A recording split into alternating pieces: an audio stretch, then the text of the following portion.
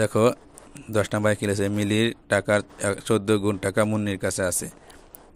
মিলির কাছে যদি 225 টাকা থাকে, তবে মুন্নির কাছে কত টাকা আছে?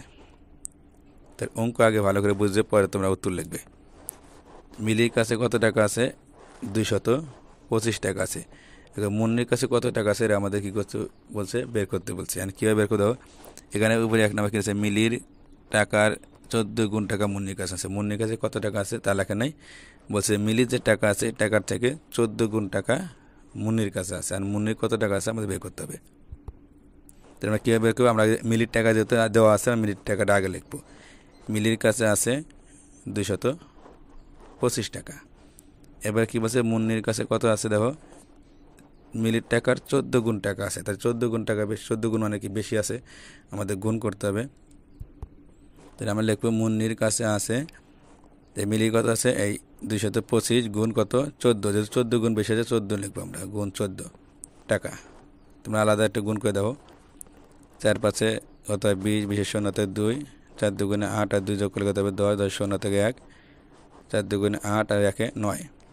1 স্থান বাবা শূন্য দাও, 10 স্থানে 1 দুগুণ 5 1 5, 2 1 2, 2 1 2 যোগ করো শূন্য, এই 0 5 5, এই 9 আর 2 11, 1 হাতে কত? 1 1 2 যোগ করলে 3, 3150 টাকা। তাহলে উত্তরে কি লিখবে? এই যে এখানে কি বলছে, মুন্নির কাছে কত টাকা আছে? তাহলে মুন্নির কাছে 3150 টাকা আছে। এভাবে লিখবে। দেখো এখানে 11 নম্বর কি লিখছে, একটি ইলিশ মাছের দাম 750 টাকা। এরূপ 20টি ইলিশ মাছের দাম কত? তাহলে অঙ্ক আগে ভালো করে বোঝো। একটি মাছের দাম কত? 750 টাকা। তাহলে 20টি ইলিশ মাছের দাম কত হবে আমাদের বের করতে হবে। তাহলে একটি মাছের দাম যদি 750 টাকা হয়, তাহলে 20টি মাছের দাম কী হবে? অবশ্যই বেশি হবে, যেহেতু মাছের সংখ্যা বেশি।